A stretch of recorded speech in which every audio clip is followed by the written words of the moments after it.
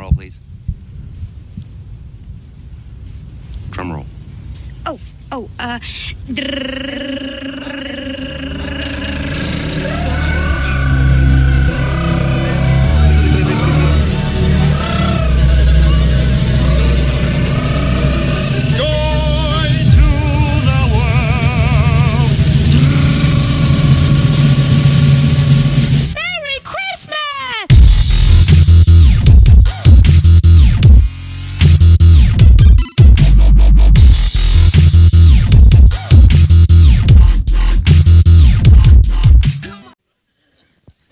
Well, good morning, Thrive Church. How are we doing today? So very good to see you. Can you believe Christmas is almost here?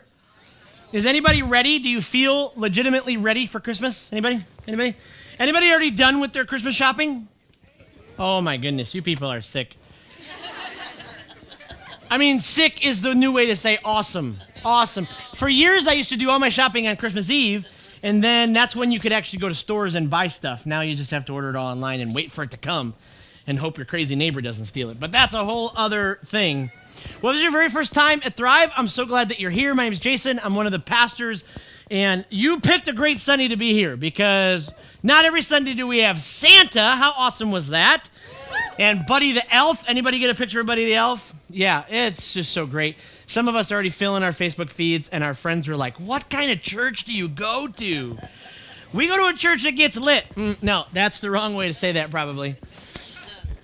What I want to know is, why did we pick a series called Get Lit when we already know that the pastor has a propensity, ooh, big word. I was so excited. I was like, wow. And I used it correctly for maybe taking a step towards inappropriateness. So here's why we're doing this series called Get Lit, because there's this amazing thing that happened almost 2,000 years ago, and Jesus came to this earth, and it's just pretty powerful. Hey, but before we kind of move into that, if you could take this time during the experience to fill out your Connect card and give that to the doors on your way out, that help us. We pray over every single prayer request. We want to know if you're making spiritual decisions, if we can help you with those. And if you're joining us online, thank you so much for joining us on Facebook. I went right before I came up and I shared the live feed on my Facebook page because there are people from around the country and around Central Michigan and the state who feel like they're a part of Thrive Church. Actually, I just got an email the other day. They're like, hey, would you marry us? We don't go to your church, but we watch you online and we feel like you're our pastor. And I'm like, where's the wedding? You know, if it's in Vegas, great. Let's do it. If it's somewhere up north, no. But thanks for sharing the Facebook live feed, and thanks for being a part. So here's why we did a series called Get Lit. Because we are unapologetically focused as a church to reach people who are far from God.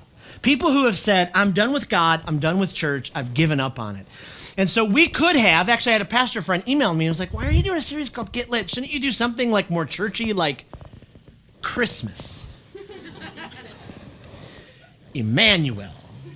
Now, I'm not making fun of the word Emmanuel. I love that word because it means God with us, and I love that. But because we're unapologetically focused on reaching people who have said, I'm not so interested in church, not so interested in God, that's why we did Get Lit, because maybe it kind of piqued their interest and went, wait a minute, what's this church all about? Because really the power is when Jesus entered human history, it was a game changer. Game changer. The reality is, before Jesus entered human history, the world sat in darkness, waiting for a promised Messiah. And then Jesus came, Matthew 1:21. He came to save us from our sins. Jesus, God's Son, came to this earth. And he is the light of the world, and that light brought us hope. And that hope shines with joy. And so that's why we're doing this series, Get Lit, so we can walk into the world and bring joy wherever we go. Where we can walk into our workplaces and our schools and our families and our communities, and we can bring the light of Jesus. That's why we're doing a series called Get Lit. And so this week, my challenge to you is to bring joy to your family. Bring joy to your family. I love what Max Lucado wrote about how meaningful it is that Jesus came to this earth. Here's what Max Lucado says. Jesus, God's Son, came to earth. He was given eyebrows, elbows, 2 kidneys, and a spleen.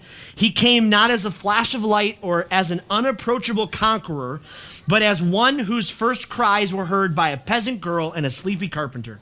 The hands that first held him were unmanicured, calloused, and dirty. There was no silk, no ivory, no hype, no party, no hoopla. Were it not for the shepherds, there would have been no reception. And were it not for a group of stargazers, there would have been no gifts. Angels watched as Mary changed God's diaper. The universe watched with wonder as the Almighty learned to walk. I love that. Then he goes on to say this. His name is mentioned over 600 times in the New Testament alone. And there's many other ways that the New Testament describes Jesus. The Messiah, the Deliverer, the Son of God, the Lamb of God, the Light of the world, the resurrection and the life, the bright and morning star, Alpha and Omega, and the Savior. Talk about lighting up the world. That's why we're doing this series. And so we're going to talk about bringing joy to our family this week. We're going to talk about serving our world next week. And then sharing Jesus with the world the week after that. And talk about a reason to party. Talk about a reason to celebrate. All throughout the Gospels, the Bible's broken up into two, Old Testament, New Testament, it's two different parts.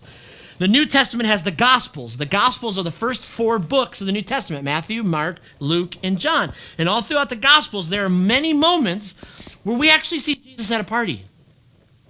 No! Jesus was at a party. No! I'm going to tell you a story about a party. So, I got hurt this last week, and I've been in a ton of pain. And it's just been a bummer, because some of you know my journey. I've been working out and running and feeling so great. And then I got hurt, and oh man, I've just been in a lot of pain this week. But I don't know, about a month ago, I was looking at some YouTube channel about some men's exercise videos, because that's what I'm into. It's one of my hobbies. Watching the videos, that is. But I've been doing push-ups, I don't know, for about 90 days now, and I started off like 1 push-up. I was like, woo, that's it. And so now, on a given day, I do anywhere from 45 to 90 push-ups, depending on which workout it is. And, I don't mean to brag, but, it's getting a little harder up there. And I was watching one videos, and the guy's like, well, what I do, because I've been working on my body, is I shave my chest. Now, I'm about to get real personal with you. I apologize. But I've been away from Thrive for 2 weeks, so I figure it's due. So I was in Kansas City, and then I was downstate last week teaching, and so here we go. Here's the story. So I was like, oh, wait a minute. I've never thought about shaving my chest before. So one day I'm shaving my little goatee thing here, and I'm like, let's try. Turn on the little thing, and I'm like, And it's not like I'm, Tom Selleck or anything. Those of you under 40 would have no idea, but lots of chest hair. Lots of chest hair. So I like shaving, and so, not to give you too much of a visual, but I shaved from like here down. So it's just like a nice little box. Little box of clean shaven joy. Even to where one night my wife went to hug me, and she's like, oh. I'm like, yeah. So I haven't done it for about a month, and then I get hurt this last week, and I've been living on this substance called BioFreeze. I got this big jar of it, and you know what it is? It's like Bengay times 10. You rub it on your body, and it seeps into your muscles, and it creates this little woo! It's like a party. It's like an Ewok on the Rider and Empire. Woo! It's like woo! But this week, when I put the BioFreeze on my chest hair started to grow back, and they're like little bitty ones, and so. Because I hurt myself, I put it, and they were like, woo! And in seconds, all my chest hair came back. It was just woo! Talk about get lit, that's where I was going with all of that story. So if this is your very first time at Thrive, I'm so sorry. I'm so sorry. Wait to bring friends as I've been back to Thrive a couple weeks, because then I'm more into the groove. But I've been away for 2 weeks, so it's like, yeah, let's go. But for some reason, when it comes to church circles, we don't talk about partying. We're like, oh no, partying. We can't party, because Jesus was super serious all the time. Oh man, you read some stories about some of the stuff Jesus said. Whoo! And times where Jesus was at people's houses with tax collectors, and they were drinking wine. Crazy. But for some churches, they take the partying totally out of the equation. Like the first church I worked at, loved those people. But we couldn't do potluck dinners because luck is a bad thing. It's from Satan. So we did pot providences. pot providences, and the deaconesses is a real thing. Deaconesses would make their special sandwiches, which was a tuna spam sandwich. Talk about party. Like, oh, I kid you not. And some churches, okay, they are like, let's be serious here because the gospel is serious business, and it is. The gospel is the good news of Jesus Christ. And that's exactly why we exist as a church. But we're unapologetically focused at reaching people who have said, I don't believe in the gospel. And so maybe we could present a party, or maybe we could present a series like Get Lit, or maybe we could present ourselves as a church, which I'm told by people who visit here is a welcoming and accepting place. And maybe, just maybe, there are people who spend all week long getting yelled at their work and getting yelled at by their boss, and then they go home to a marriage where neither one of them talk to each other, and one goes to one end of the house and one goes to the other end of the house.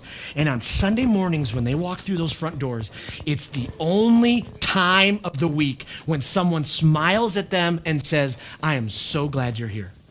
That's why we party. That's why we come together. That's why we love each other. So that's why we're doing this. Here, I love this definition of a party. A party is any effort to celebrate, serve, or enjoy one another in a way that adds value to life. It takes effort, though. You can't just throw a party. You actually have to live out the value of party. And do you know what the value of party is? The value of party is actually including people. The value of party is loving people regardless of their background. And I believe, I'm only 43, I'm still trying to figure this stuff out, but I believe that fun is a deep form of spiritual maturity. Sometimes we're like, laughter and fun has no place in spiritual maturity. I just don't think so. I just don't think so. Sometimes it takes a party to demonstrate that God cares about people. Sometimes it takes a party to confirm that we can be forgiven. Sometimes it takes a party to prove that people matter more than our opinions. What? Yeah, exactly. Sometimes it takes a party to remind us that everyone should be invited to the party. Everyone. And that's why we take like event Sundays here really seriously. You know, there's 7 Sundays that we say, please, please, please, please, please tell Aunt Grandma Shirley that you can't do the party. On Tailgate Sunday, and Easter Sunday, and Mama's Day, and Dad's Fest, and Barbecue and Baptism, and our anniversary, and Christmas. That's why we take Christmas in Mount Pleasant so seriously. Because 82% of people, even if they're far from God, even if they've sworn off church at Christmas, will accept an invite to a church. That's why it's so important for us, especially this season, to be inviting people to Christmas in Mount Pleasant on December 23rd and 24th. Our first year as a church, we didn't do a Christmas Eve experience. We were too new. The second year, we're like, let's do a Christmas Eve experience. And I thought like 30 people would come. We were going to do it in our offices down the road. I'm like, 30 people, it'd be nice. And a couple thrivers were pretty upset with me. They're like, why are we doing something at Christmas Eve? This is for families. One person actually emailed me, and they were mad. And I was like, yeah, my family always went to church on Christmas Eve. That's what we do. We all have different traditions. So if that's not your tradition, then don't do that. But 82% will come to church. And we used this room on Christmas Eve. It was crazy. And we expected like 30 people. And it was packed full of people. Somebody sent me a photo. I'm going to put it up on the screen. No, I can't do that. That'd be really cool, though. Like, beep, beep, beep. But it was awesome. So that's why we do this, because there's something about a party that can scream joy. And doesn't our world need more joy? I love this quote by the great C.S. Lewis. He said, joy is a serious business of heaven. Joy is a serious business of heaven. So my challenge to you today, and I hope what you walk out of this remembering, is to bring joy to your family. Bring joy to your family. One of the most honoring things for me as a pastor is when I get emails from people asking me to pray for their spouses, their kids, their family members, their friends, their coworkers, their neighbors who don't know Jesus. I love that. I put it right in my prayer journal right away. Right away. I put their names in it, and every single day, because I take this stuff seriously. I take it seriously to pray for someone that doesn't know Jesus. So I love that. I dream of the day. You know, Thrive has this private Facebook group, and we all put announcements and stuff in there. I dream that it's just totally filled with, hey guys, today I'm going to invite my friend to church. Would you pray for my friend? Today I'm going to share my story about how Jesus has radically and completely changed my life. That's what I dream that we fill that with someday. I love this quote by David Jeremiah, a pastor in San Diego. He says, when our lives are filled with peace, faith, and joy, people will want to know what we have. People want to know what you have. So if no one is ever asking you why you're different, maybe your Jesus is a little bit smaller than he should be in your life. If nobody at work is ever asking you, hey man, like our work, excuse me, I know there's kids in here, our work environment sucks. Why are you seemingly always filled with joy? Because I have the hope of Jesus. And I get to be a part of that. For so long, when I thought about joy to my family, I did such a horrible job. The first 12 years of my married life, I treated Christmas horribly. My grandmother was killed in a car accident in January 2nd of 1996. And when I was 18 years old, on December 25th, 1995, I hugged her for the very last time. And I went to Minneapolis to be a part of a youth convention. And then I didn't get back in time to see her or hug her again. And she died in a car accident.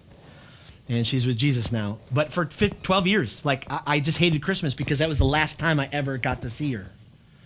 And so that like leaked into how I approached Christmas. I didn't even want to buy a Christmas tree. Like me and my wife fought about it. Like some of you like fight about real things. Like we fought about the fact that I thought Christmas trees were from Satan. That's what we fought about. And I'm like, we don't need a Christmas tree. She's like, we need a Christmas tree. I'm like, no, we don't need a Christmas tree.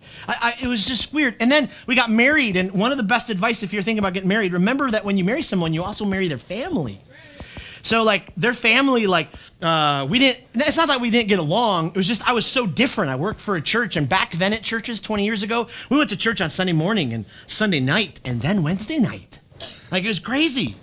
And so I was always gone, and we could never do family parties. And so for the first 12 years of our marriage, I just sat in a corner at family parties. And I brought no joy to them. And finally, God, like, woke me up, and he's like, stop it. So regardless if your family's like the Griswolds, where it's just chaos. Like, do you love that line? I'll give you a quarter if you rub my bunion. Oh, that's just horrible. Regardless if your family's in chaos, regardless if your family's in joy, like the other night where all my kids are on my bed, it was just one of these awesome moments where we're laughing together. Bring joy to your family. In John chapter 2, there's this fantastic moment where Jesus is with his family and he brings joy. It's just this beautiful glimpse of Jesus with his family. And they're at a wedding. And weddings in Jesus' day were like long festivals. They were banquets with guests, and the whole week would be spent celebrating the new couple. And most of the time, the entire community was invited. And if you didn't come, it was like a slap in the face to the bride and the groom. And one of the most important rules and the unwritten law of hospitality in those days was don't run out of wine. Don't run out of wine. So follow along, John chapter 2, verse 1. 3 days later, there was a wedding in the village of Cana in Galilee. Jesus' mother was there. Jesus and the disciples were guests also. When they started running low on wine at the wedding banquet, Jesus' mother told them they're just about out of wine. Right off the bat, something that's fascinating here that we've got to understand about Jesus is that family was extremely important to Jesus, and they celebrated together. Jesus is there with his mom, his brothers, the whole community. Like this would have been the community that knew Jesus as he grew up. This is before Jesus actually started his official ministry. So it was before those 3 years where he's off doing miracles all over the places. This is the very start of his public ministry. And something else to remember here is that wine was super important. Super important. So this is a major problem. And in the Old Testament part of the Bible, wine was a symbol of joy. It was used at weddings to symbolize a joy and abundance of life together. So the crazy thing about this story is Jesus is about to turn water into wine.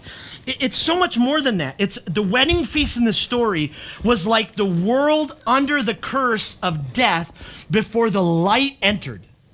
Before joy entered. And so when Jesus changed the water to wine, it was a clear message of hope that he was coming to bring joy back to the world. Like he was coming to bring joy. It's such a powerful message. Let's keep going with the story. Jesus said, is that any part of your business, mother? Yours or mine? Anybody ever have those moments? Like where we're like, Mom! Like when she showed up wearing the same sweater to the middle school dance. You're like, Mom! Now, my mom didn't do that, but I would totally do that to one of my kids. That'd be awesome. He says, this isn't my time, don't push me. She went ahead anyway, telling the servants, whatever he tells you, just do it. Okay, I know he's special, so let's do it. So Jesus addresses her as woman in the New International Version. And in other versions, it softens it to like dear woman. So it's like woman, right? Now, here's what I've learned 21 and a half years of marriage. It doesn't go well when I call my wife woman. It just doesn't. Especially when I'm like, woman, make me a sandwich. No. Very bad. Very bad. So why would Jesus talk to his mother this way? Why? He's not. It's actually a term of endearment when he's like, mom. Like it's the same way when he talked to her when he was hanging on the cross. When he's like, Mom. And he gave her that look like, I just need you. That kind of look. See, Jesus is so much more than people realize. Jesus is so much more than people realize. Isn't it interesting that people look everywhere but to God for excitement and meaning? Don't they turn to parties for excitement and meaning? If I had $1 for every time I sat with somebody who talked to me about how they've tried to turn to alcohol and drugs to find meaning or hope or fulfillment, I would have a lot of money. Sometimes we expect that a life with God is going to be full but lifeless because maybe we grew up in a church where it was lifeless. Oh, there might be something there. But Jesus responded like in this kind of way that just says, I'm not ready, but okay, here we go. Here we go. Let's do this. So let's keep going on with the story. 6 stoneware water pots were there, used by Jesus for ritual washings. Each held 20 to 30 gallons. Jesus ordered the servants, fill the pots with water, and they filled them to the brim. Just so you know what's going on. Like these were used for like ceremonially washing. So people come to the party and they would like wash their hands. Not like we go into the bathroom and wash our hands, but it was more of a symbolic way to cleanse themselves of any bad influences that they may have associated with or touched throughout the week. So they could get clean then, so they could go and be clean together. So here, let me keep going with the story. Now fill those pitchers and take them to the host, Jesus said. And they did. When the host tasted the water that had become wine, he didn't know what had just happened, but the servants, of course he knew. He called out to the bridegroom, everybody I know begins with the finest wines, and after the guests have had their fill, brings in the cheap stuff. But you saved the best till now. This act in Cana of Galilee was the first sign Jesus gave, the first glimpse of his glory, and his disciples believed in him. After this, he went down to Capernaum along with his mother, brothers, and disciples, and stayed there several days. The wine that Jesus made was the best. And here's the crazy thing that he does for you and I. That's what he brings every single one of us, every single time, his absolute best. So when you trust in Jesus with your life, when you hand over control of your life, when you ask him for forgiveness and you say, I can't do this anymore, I got to stop running the parties or alcohol or spending or gambling, whatever it is, when I just turn to you, Jesus gives you his absolute best. That's the miracle here that he's showing us. This whole story is a big precursor to what he's about to do. That he's here. He's brought God's best to earth. And that's a reason to celebrate and party.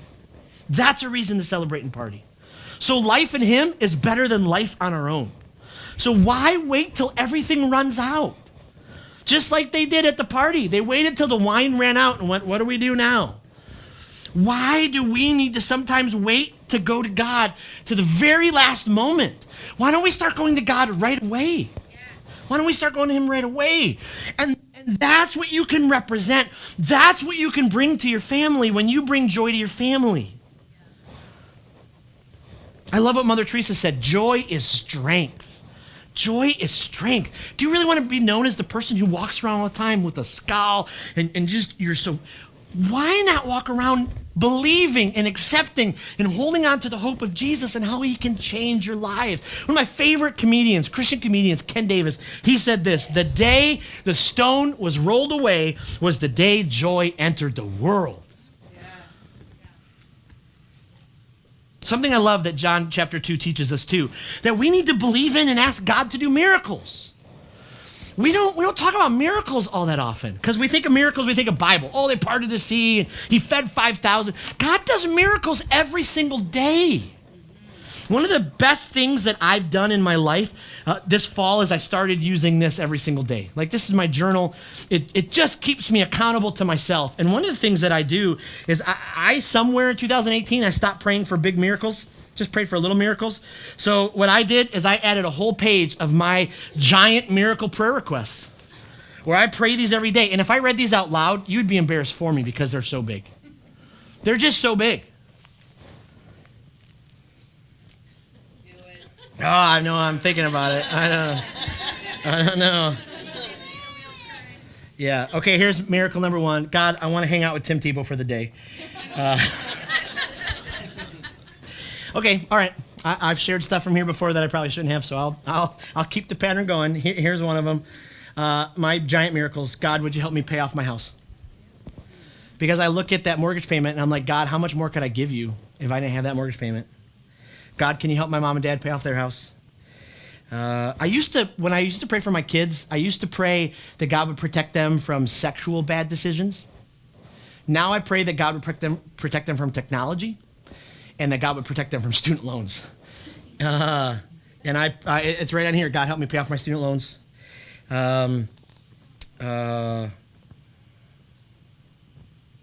These are probably a little too personal. That for the entirety of their life, that my kids will fall and stay madly in love with Jesus. That Thrive would receive a $100,000 gift. That Thrive would receive a building. That Dr. Tom and Brian and Dave and John would be able to work full-time at Thrive and not have to raise support. Yeah, those are some of them. So those are some of the miracles I'm praying for. And I'm praying for December 23rd and 24th because we get to bring joy to this community through Christmas in Mount Pleasant coming home. And so, honestly, we're not a church that I stand up here and go, God, we got to grow by certain. We want to grow as a church, but we want to grow as a church so we can have a bigger impact in Central Michigan. So I'll just tell you what I'm praying for. I'm praying for 1,000 people to attend Christmas in Mount Pleasant. We had 601 people attend last year, and we didn't market it. We didn't pay any money for nothing. It was all word of mouth from us. So I'm praying for 1,000 people to attend this year. 1,000 people. Why? Because those 1,000 people will be able to walk up to the Broadway Theater and experience an outdoor wonderland. It's going to be awesome this year. Our events team has been working for months. There'll be hot chocolate stations and Christmas trees because of some additional money that was given anonymously to the church for this event. We're going to have live reindeer out front. Like, we've been wanting live reindeer for years. They're going to be there this year. And we're only doing it because it's just going to be an awesome moment for families as they walk up. We want to create that awesome moment. When they walk into the experience, the creative team and band have been working for months, and there's going to be Christmas songs and then songs that will point them to coming home, and there's this drama moment between a father and a daughter. It's just going to be powerful. And as people leave, we've always wanted to do a candlelight service, but we can't have real candles in Broadway theaters, so this year we're able to afford the electric ones, and so we're going to do candlelight Christmas carol at the end. It's going to be a powerful Christmas moment. People are going to leave. There's going to be a giant Christmas tree in the street, and there's going to be Christmas in Mount Pleasant Christmas ornaments, and you'll be able to grab that home and put it on your tree and remember how Jesus showed up into your life on December 23rd or December 24th. So I'm praying for 1,000 people. Like, I would love for you to pray for that as well. Even if you're traveling to Florida, I will pray for you half as much. But I'm kidding. I love you. Go have fun. It's a blast. But pray for God to do incredible miracles, because when we do, powerful things happen. So my challenge to you today is bring joy to your community. Bring joy to your family. Start with your family and bring joy. And speaking of joy, today we get to do something so incredibly fun. It's one of our traditions here at Thrive. And so every year we do this tradition where we do an indoor snowball fight. So if this is your very first time at Thrive, you're kind of going, what, snowballs? Wait, what? But they're these fake snowballs. Actually, the first year we were so broke as a church, this is awesome, that Jessica Heron, one of our best, she's in the Thrive Hall of Fame when it comes to leaders at Thrive. She spent hours making like yarn snowballs because we didn't have money to go buy these kind. It was amazing. That's the kind of hearts that people that God has sent to here at Thrive. So we have all these snowballs, and so kids, they're going to throw snowballs at adults. Adults are going to throw balls at them, because it's just a moment to have fun and to party and to celebrate and to bring joy. So I'm going to ask Buddy the Elf to come up on stage. Who else to start a snowball fight better than Buddy the Elf? Can you give it up for Buddy the Elf? Kids, come on in, grab your snowballs. There's going to be a countdown in a minute, a 10-second countdown. The music's going to come on. And adults, here's the thing. I don't want you to be lame and just be like, oh. No, get into this. Get into this. Now, kids, as you come into the room, remember the one rule. You're not allowed to throw snowballs at your pastor.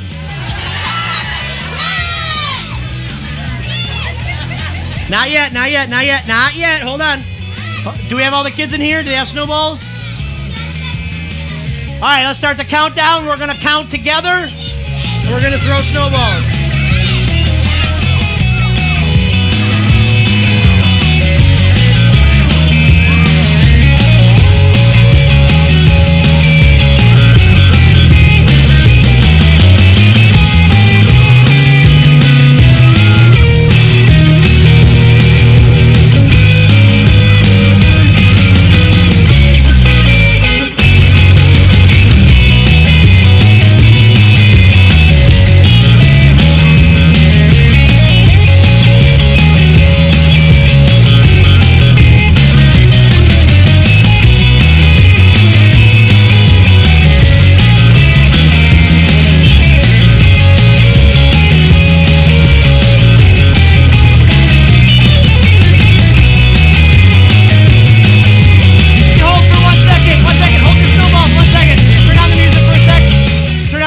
Okay, everyone hold for 1 second. I want to get a fun picture. So I'm going to count to 3. Grab a snowball. Everybody grab a snowball. Many people as possible.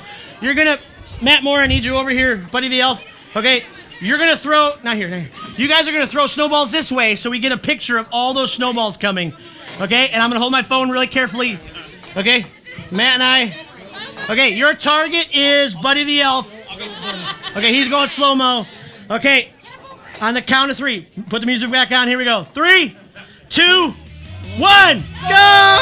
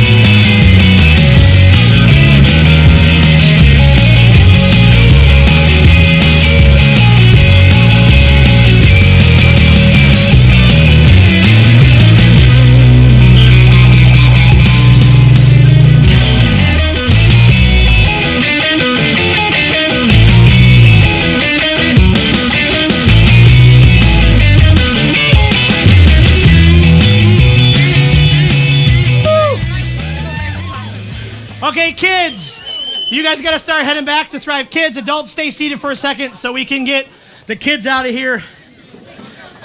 We got oxygen masks coming in for the adults. Woo! This is the best tradition. Definitely. All right, hey, Buddy the Elf and I have a few things for the adults before you leave real quick. Next Sunday is week 2. It is also our ugly Christmas sweater Sunday. So, we have a prize for the best ugly Christmas sweater. And we ask that you bring a plate of your best Christmas cookies. Because we're going to do a giant cookie spread. It's going to be awesome. What else, Buddy the Elf? Don't forget, please, if you weren't there last year, if you've never been to our Christmas experience, it is quite the experience. Perfect time to invite someone, a friend, a family, a coworker. There's going to be candy and candy cane and candy corn and syrup. Just kidding. There is going to be a hot chocolate bar and snowball battles and reindeer and lots of fun, lots of joy. So please consider us joining us December 23rd. Take a picture. 2 times, 5 and 7 p.m. and then December 24th at 5 p.m. Now, one of my leader friends challenged me. He's like, hey, who are you inviting to Christmas Mount Pleasant? I'm like, well, I'll invite my neighbors. He's like, no, you need to invite 50 people. And I'm like, whoa, back up. And he's like, no, seriously, if you believe that God's going to use this to reach Central Michigan in a powerful way, you got to model it. So that I accepted the challenge. I'm going to invite 50 people. I have pile of those cards that you're going to get on the way out, and I leave them at gas pumps when I get my haircut or restaurants. I always leave big tips. Please do not leave a cheap tip and a Thrive card, please. I will show up at the restaurant if you need a tip, so we are known as the cheap church. But But please, who do you know? Like, I already put my 50 in my journal, and I'm inviting those people. And it's not like current Thrivers. Oh, Jackie, will you come to Thrive? No, Jackie's already coming and bringing 50 people. So it'd just be an awesome deal. I have at least 50 elf friends that I'm bringing, so I'm good there. Awesome. Thank you guys for being such an incredible church. December is really an awesome month. If you're a volunteer, this Friday night is our volunteer Christmas party. It's going to be at the Ward Theater, downtown Mount Pleasant. We got food, fun, dancing. We get a DJ out, and there's a free gift. This is going to be great if you volunteer at Thrive. It's this Friday night. Have a great Sunday. We'll see you next week for week number 2.